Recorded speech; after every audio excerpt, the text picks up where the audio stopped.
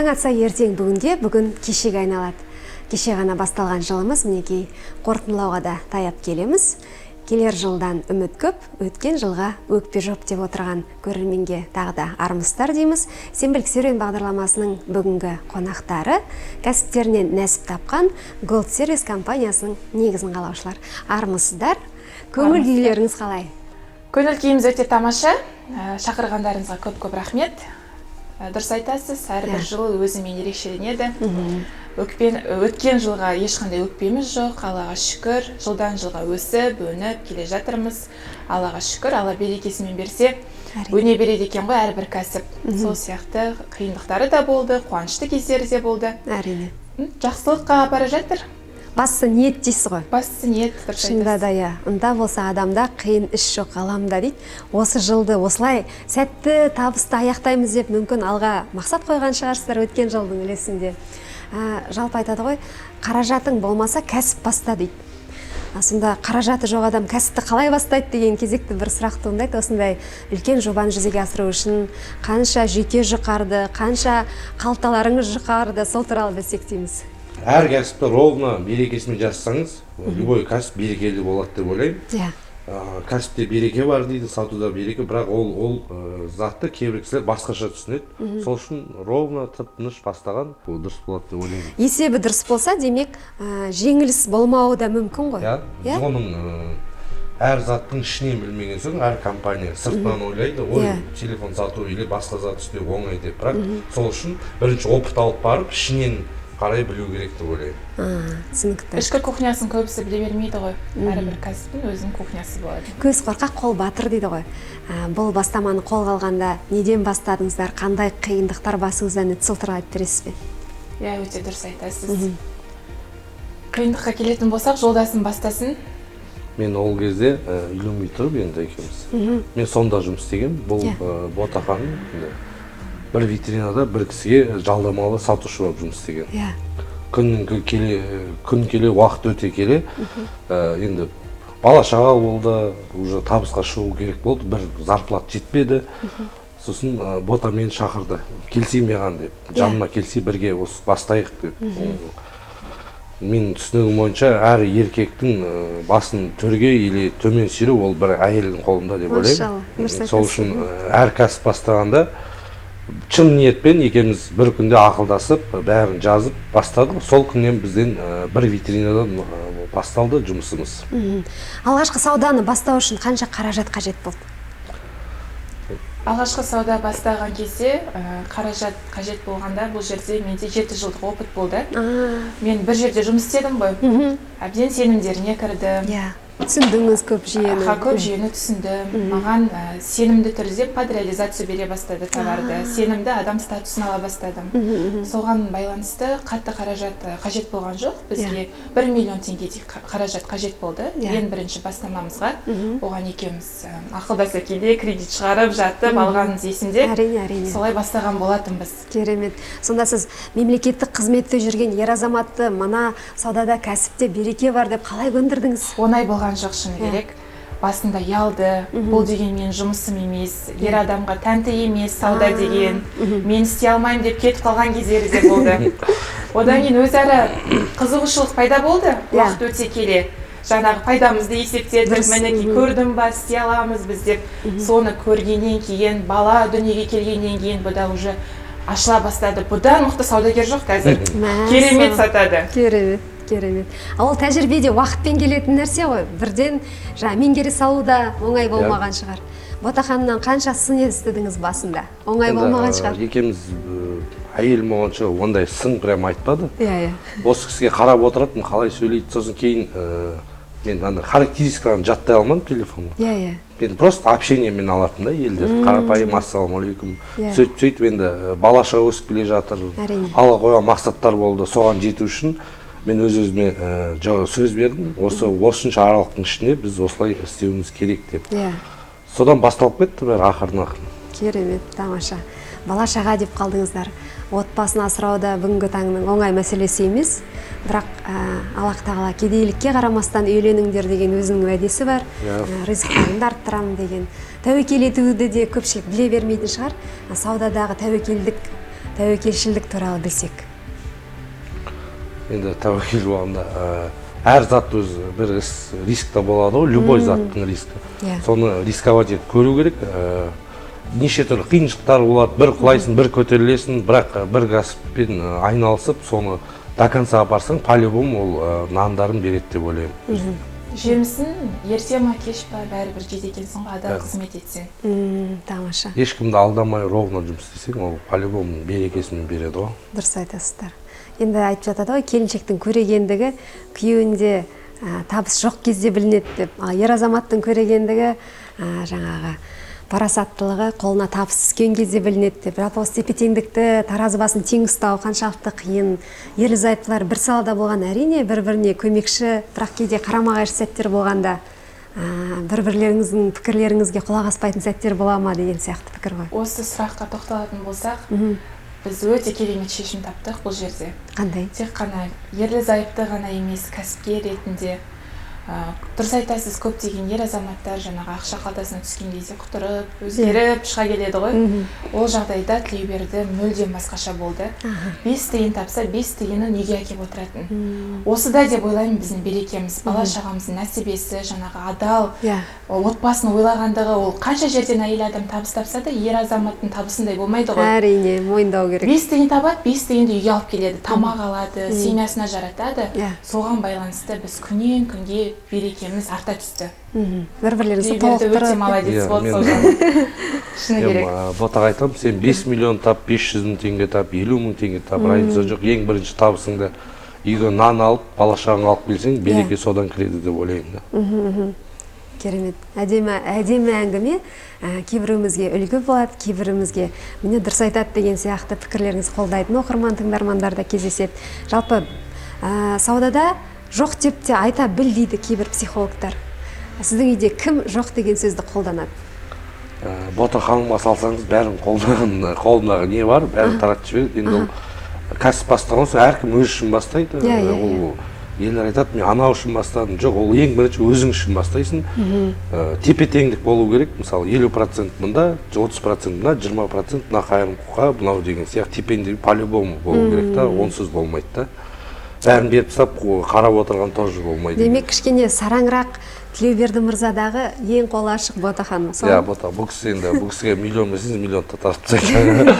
Бірақ сіз білесіз бе, асыл жарыңыздың сол қолының ашықтығы, Құдай ризық несібелеріңіз көбейтуге септігін тигізген шығар. Екеуміз аккумулятор болады, плюс-минус, сол сияқтымыз бар. Кейбір бұл кісі толтырады, кейбір кезде мен толтырамын деген сияқты тепе-теңдікпен.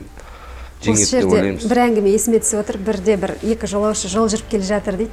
Сол бүйтіп үйдің жарығы, шамы жанып тұрғасын сол үйге бағыт алады да, есігін қағып, су бар ма десе, бір сары кемпір шығыпты да, жоқ деп есігін жауып алыпты. Осын екі жолаушы тауық айтып, тағы да сапарларын жалғастырады. Сөйтсе жолда бір атайды көріпті. Атай жолда шаршап келе жатқан жолаушыларды көріп, балалар қайда жол тарттыңдар, қайдан келесіңдер деп жағдай сұрасқанда, жаңа су сұрап барып едік, бір бәйбіше кемпір кісі жоқ деп алды деп, есігін жауып алды деп кішкене наздарын айтады. Сөйтсе, ол менің бәйбішем ғой дейді. Алып барып, неге жоқ дейсің, жоқ десек жоқ аламыз, барымызды дастарханға тастайық деп қонақтарын күтіп жіберген екен. Жалпы көп әйел адамға байланысты ғой. Бота ханым, сізге қаншалықты қиын үйде де, қызметте де еріңіздің көңілін тауып, тұтынушылардың көңілін табу, кейде шаршап бәріне қолыңызды бір сілтегіңіз келетін кездер бола ма? Шынымды айтсам, ондай болмайды. Мен қатты жақсы көремін отбасымды да, жұмысымды да. Махаббатпен істегеннен кейін ешқандай қиыншылығы жоқ. Отбасымда ата-енем қатты поддержка береді. Бала шағамызды осы күнге жеткізіп, өсіріп, әрқашан қолдап келе жатыр. Сондықтан да семья жағынан келсек ешқандай қиындық жоқ. Барынша энергиямды көбірек осы жұмысқа арнаймын. Сондықтан да қиындық жоқ. Бәрі жақсы дейсіз ғой. Ал енді көбіне айтып жатады, тұтынушы қашанда дұрыс деп. Тұтынушының пікірі де дұрыс болмаса да, бұрыс болса да дұрыс деп. Осы пікірмен қаншалықты келісесіздер? Ашушаң болып келген, әлде техникаға көңіл толмай келген тұтынушыларды қалай сабырға шақырасыздар? Енді ол кезде мен енді өзім сөйлесем, любой адам ол енді 500 мың алсын, 5 мың алсын, ол еңбекпен алады да, ашуланып келеді. Мына бар ғой, жылы сөйлесең жылан інінен шығады дегендей, жылы сөйлеп, ол кісіге қолдан келгенше түсіндіріп, қолдан келгенше енді көмектесе аламыз. Енді заманның талабы дейтін шығармыз, біздің күнделікті тыныс тіршілігіміздің куәсі, жаңағы электронды альбомымыз десек те болады. Жақсы телефон ұстағымыз кеп тұрады, жағдайдың кейде қалтаның көтеретіні көтермейтіні тағы бар, әлеуметтің әлеуеті әртүрлі дегендей. Осы пікірге қаншақты келісесіздер? Қазанында ас болмаса да қолында соңғы айфон ұстайтын жандар сіздердің тұтынушыларыңыз шығар. Болады ондай. Қазіргі заман талабына сәйкес енді барлығы жақсы дүниені ұстағысы келеді ғой. Бір шетінен дұрыс деп те ойлаймын. Еліміздің солай жақсы дүниеге талпынғаны, қымбат дүние ой алмаймын дегеннен гөрі, жақсы дүниеге талпынсаң, табысың да көбейе түседі. Негізі жақсы нәрсеге ұмтылған деген жақсы ғой. Әрине. Ол жаман емес, әлбетте бізде бөліп төлеу қарастырылған, жаңағы халыққа ыңғайлы болу мақсатында. Бірден сумасын төлемей, жаңағы бөліп төлеуге де алып кете алады. Жетістікке жеткен жандардың көбі құпиясын білуге асығады. Солай ғой, құрметті көрермен. Бұл кісілердің де өткен өмір жолдарында әрине естеліктер бар, шыңдалған сәттер бар, құлдыраған да сәттер бар, жасырын емес. Дегенмен де кәсібіне нәсіп тапқан жандардың ұйқыдан ерте тұратыны рас па, кеш ұйықтайтыны рас па, осы жерде есеп шығарумен күндер өтіп, айлар зымырап, жылдар жалғас жатқан рас па, сол туралы білейікші. Кәсіпкерлердің күн тәртібіне тоқталсаңыздар. Дұрыс айтасыз, біз көбінде кеш қайтамыз. Жұмысымызға байланысты. Жұмыс уақыты бізде 9-да аяқталады. 9-да аяқталғаннан кейін күнделікті жаңағы отчет деген болады. Себебі бізде 500 теңге, 1000 теңге зат емес, ұялы телефондар болғандықтан үлкен сума. Сондықтан да каждый тексеруіміз керек, күнделікті. Каждайын қарап отыруымыз керек, соған байланысты өте кеш қайтамыз. Кейбір кезде қолым қалған кездеріміз де болады. Бірақ ерте тұру осы уақытқа дейін шыны керек екеуміздің қолымыздан келген емес. Қажет болса, тұрамыз. Будильникті 15 рет қойып, бір өшіріп, бір қосып жатып, әрең дегенде оянамыз. Шындығына келгенде енді. Ерте осы уақытқа дейін ерте тұрмадық. Түнгі 3-4 кейін отырамыз да, жұмыста. Есеп қисап. Бала шаға шығады, кішкене онымен ойнайсың. Өтпейді, 4-5 тамам жатқаннан ерте тұру қиын. Бұрын ойлап едік біз. Бірақ бұрын екеуміз ғана жұмыс істегенде, сағат 9-да тұрып, кәкіштік 10-да отыратынбыз жұмыста. Ол просто жалқаулық шығар бір шетіне. Қазір қолдарыңыз ұзарды, мүмкіндік көбейді ма? Соған байланысты. Бір әзіл әңгіме есіме түсіп отыр осы орайда. Күннен ұялмайсыңдар ма, неге күн шыққанша ұйықтап жатсыңдар деп ұрсса, бір адамдар сөйтсе бүйтіп айтады дейді. Күнге қарауға ұялғасын, көзімізді басып жатырмыз ғой деп. Солай болып тұр ғой. Жалпы уайымы көп адам әрине күнмен түнді кейде ауыстырып та жатады. Оны да түсінуге болатын шығар.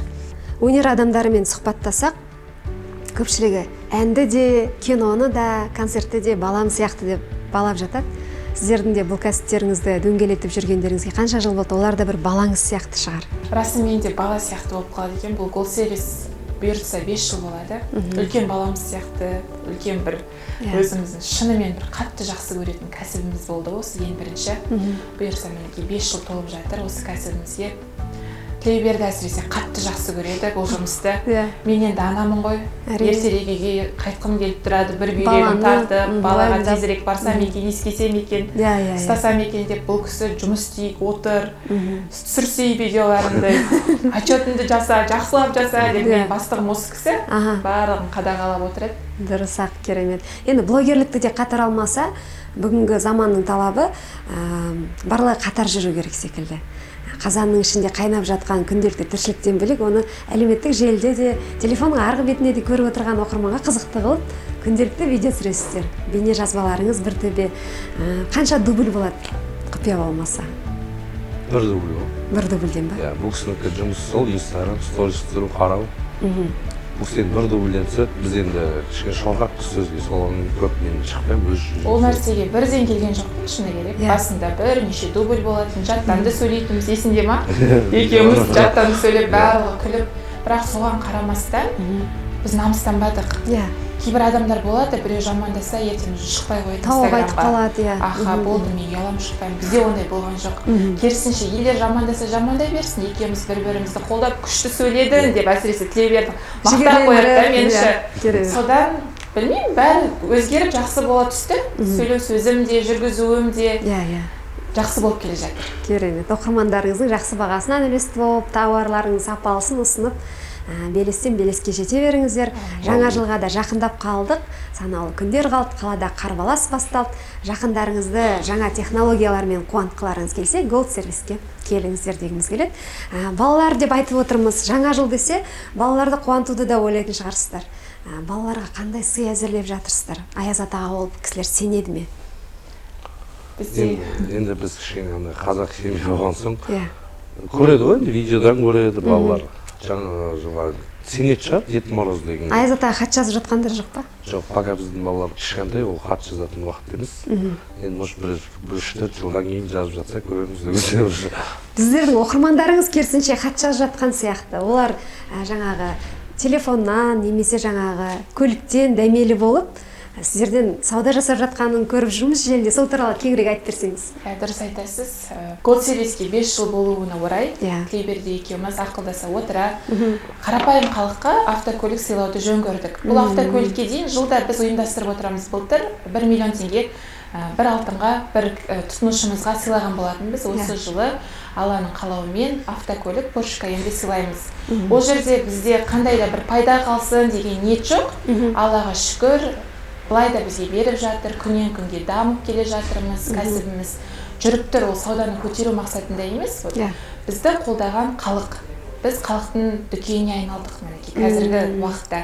Сол халыққа рахмет айту мақсатында осы автокөлікті сыйламақшымыз. Бұл көліктен бөлек жаңа жылға орай одан да басқа да сыйлықтар болады міндетті түрде. Әділ өте ме екен деп ойланып отырған, күдіктеніп отырған көрермен бар шығар. Қаншалықты әділ өтеді? Қалай таңдайсыздар жеңімпазды? Барабанға өз билетін атын, мысалы, любой покупка істейді. Өзіне ол бұл андай билет емес, сатылатын. Ойбай көп айтады да, бұл билет деп. Сіз ол 15 мыңға сатып алмайсыз, өзіңізге керек затты, мысалы, чехол или стекло керек, сізге ауыстырыңыз. Атыңызбен номер телефоныңызды жазасыз, барабан ішіне саласыз, барабан кәдімгі прозрачный. Прям бәрі үш жерге жиналады, ойнатылған халықтың көзінше прям бір билет алып шығады сол ішіне. Қашан өтеді бұл шара? Новый годтан кейін деп отыр. Өйткені біз Новый год 31-іне дейін жаңа жылға істейік дейміз, бірақ декабрь 22 біз сапармен басқа мемлекетке ұшып баратқан соң январь или болмаса февраль деп отыр. 1 февраль или январьдың аяғы. Келе жатқан 2023 қара қоян жылында қара халықтың ішінен қарапайым бір тұтынушыға бұйырады деген ойдамыз. Енді жетістікке жеткен әрбір жанның бір көкейіндегі әттең айы болады, оны жасырып қала алмаймыз әрине. Жетістікке жеткеннен кейін бір қара шекпеніміз болып көз алдымызда тұратындай белгілі ғой. Сол сияқты Gold сервистің көрермен біле бермейтін бір әттеген айларына тоқталайықшы. Енді бір момент болады, доллар қатты көтеріліп кетті ғой, біз доллармен жұмыс істеген соң телефон қатты көтеріліп кетті, сол момент біз қарызға кіріп кеттік та. Ол кезде маған ол үлкен бір сумма болып көрінетін. Құпия болмаса қанша еді? Где-то бір 7-8 миллион теңгемен айтқан кезде сол үлкен сумма болып көрінеді. Соны всегда ойлайтынмын. Бұны қашан құтыламыз деген сияқты. Сол моменттер басында моменттер болады ғой енді. Бір көтеріп, бір түсесін по-любому. Сол моменттерде енді біздің әке-шешеміз бар. Сол кісілерге біз білдіртпейтінбіз да. Үйге күліп кіресің, өтірік бәрі жақсы, аман есен деген сияқты. Ол кісілер білмейтін да. Уайымдамасын деп қой. Олар ол кісілер енді біліп қазір айтады да, неге айтпадыңдар деп ол кісілер. Ол кісілерге жүк салғымыз келмеді. Сол момент әлі есімнен кетпейді. Менің бір жынсым, бір кофтам, курткам болған. Ботада 2 көйлегі болған. Соны біз ауыстырып бұл кісі келетін. Сол момент өте қиын болды бізге. Бір күні бұл кісі айтады, сол момент сол ақшадан құтылу үшін давай екеуміз букет жасап сатайық деді. Екеуміз түнімен букет жасадық. Гүлдермен ба? Жоқ, фруктовый букет. Жемші керемет қой. Біз наоборот фруктыдан біз минусқа кіріп кеттік та. Мен андай әдемі шықсын. Бірақ бір Аллахың қалауымен мен бір түсінгенім, Қазақстанда ағасыз, көкесіз, заң жүзінде жүріп, шын нәсіппен, шын іспен айналыссаңыз, жақсы көріп, Қазақстанда көтерілуге болады. Мен соған көзім қатты жетті. Ешқандай таныс тамырсыз, аға көкесіз, ровно берекесімен істесеңіз, ешкімді алдамай, бір тиын артық алмай, бір тиын кем істемей, онда сізге Құдай өзі берекесімен береді. Сынбау керек екен. Любой зат сынбау керек екен. Біз бәріміз адам болғаннан кейін кішкене қиыншылық болса сынып кетуге, бізде де болмады дейсіз, бізде де болды, қойшы осыны деп, бірақ бір екеуміздің көздеген мақсатымыз бір болды да. сөйтіп жеңіп шықтық деп ойлаймын. Керемет. Міне шынайы көрініс, расында да жетістікке жеткеннің өзінде де бір көңгейде тұратын, күнделікте тұратын бір естелік дейсіз ғой. Қалай құтылдыңыздар? Букетті де көрдік, жеміс-жидек тәтті өнімдермен, телефондарды да көрдік. Ол кісі күшті стратегия ойлап мен енді ойландым да, мысалы күніне 20-30 мың теңге табасың.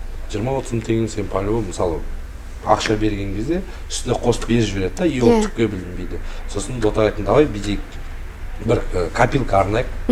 Ол копилкада мысалы күнделікті қанша табамыз, 10 мың табамыз, 5 мың табамыз, 4 мың теңге табамыз, жолымызға алып қаламыз, тамақ алып қаламыз, қалған салып 15 күнде, 20 күнде есептейміз. Сол ең бірінші есімнен кетпейді, 10 күннің ішінде ма, 15-нің ішінде ма, 839 мың теңге жинап, екеуміз мәз әншімізде. Сөйтіп, бір определенный уақыттың ішінде, мен қанша уақыт екенін ұмытып қалдым, құтылдық қарыздан, еще кредиттер алып тастағанбыз, төлемей қашып жүргенбіз деген қазақпызсың. Соның бәрін төлеп, ең бірінші біз сапарға шықтық. Ең бірінші тапқан табысымызға екеуміз Таиландқа сапар шығып, Таиландтан келіп, біз одан да мықты жұмыс істей алады екенбіз ғой деп бірімізге сөз беріп, дальше уже басқа сол методпен қолданып, уже қазір енді уже бухгалтер бар дегенде уже ондай минус плюстар уже қазір қорқынышты емес та. Көзге айқын көрініп тұрады да, бағдарларыңызбен бірге. Керемет, мәссаған, мінекей әдемі естелік, әдемі оқиға. Сіздердің де бастарыңызда қандай да бір қиындықтар жүрген болса, ана Сүлеймен патшаның сақинасына жазылып тұрғандай, бәрі де өткінші. Сондықтан жақсы күндерге ұмтылайық. Өткен күндер көңілде, көңіл күнделігінде бір естелік болып сақтаулы қалсын. Көңіл күнделік деп тұрсын. Жаңа айтпақшы саяхат деп қалдыңыздар. Ағзаның ақысы дейміз ба, әлде сананың ақысы дейміз ба, жаңа қанша қиналған күндердің, күлкісіз күндердің, ұйқысыз түндердің бір есебі болсын деп өздеріңізді еркелеткен түрлеріңіз шығар. Сол туралы айтыңызшы, жалпы сапар қаншалықты қажет? Кейде біз жаңа Инстаграмдағы әдемі картина үшін тәуекелге бел буып жататын блогерлеріміз бар. Әлде жаңағы жоқты бар етіп көрсетуге асығатын жандар бар. Осы орайда алып қосарыңыз. Әр сапарға шыққан сайын әр идеямен келесің. Мысалы, біз мына Gold сервисті, мысалы, әр сапарда көріп, біз былай істейік та, былай істейік та, әр сапар өз күш береді. Маған бұрында біз көретінбіз тоже видео, сол кезде айтатын, сапарлаңдар. Сапарға шыққан сайын, мен ойлаймын, күшіңмен, мотивациямен күшті болып келесің да, жаңа белестер бағындырасың да, әр зат көресің. Бірақ мен деген басқа мемлекетке барып жұмыс дегенше, қазақ айтады ғой, басқа мемлекетке барып жұмыс дегенше, өз мемлекетінде жұмыс дегенге жетпейді. Әрине, өзге елге саяхаттаңыздар, үйреніңіздер, көріңіздер. Бірақ Қазақстанда өмір сүру керек. Әрине, тамаша, керемет, әдемі болсыңыз. Кәсіптеріңіз берекелі болсын. Жаңа жылға біздің көрермендерімізге айтар тілегіңіз болса. Жаңа табыс алып келсін. Жаңа жылда неміз, жаңа жыл табыс алып келсін, бақыт алып келсін. Қазір бір коронавирус деген пайда болды. Самый главный, ең бірінші денсаулық болсын бәрімізде.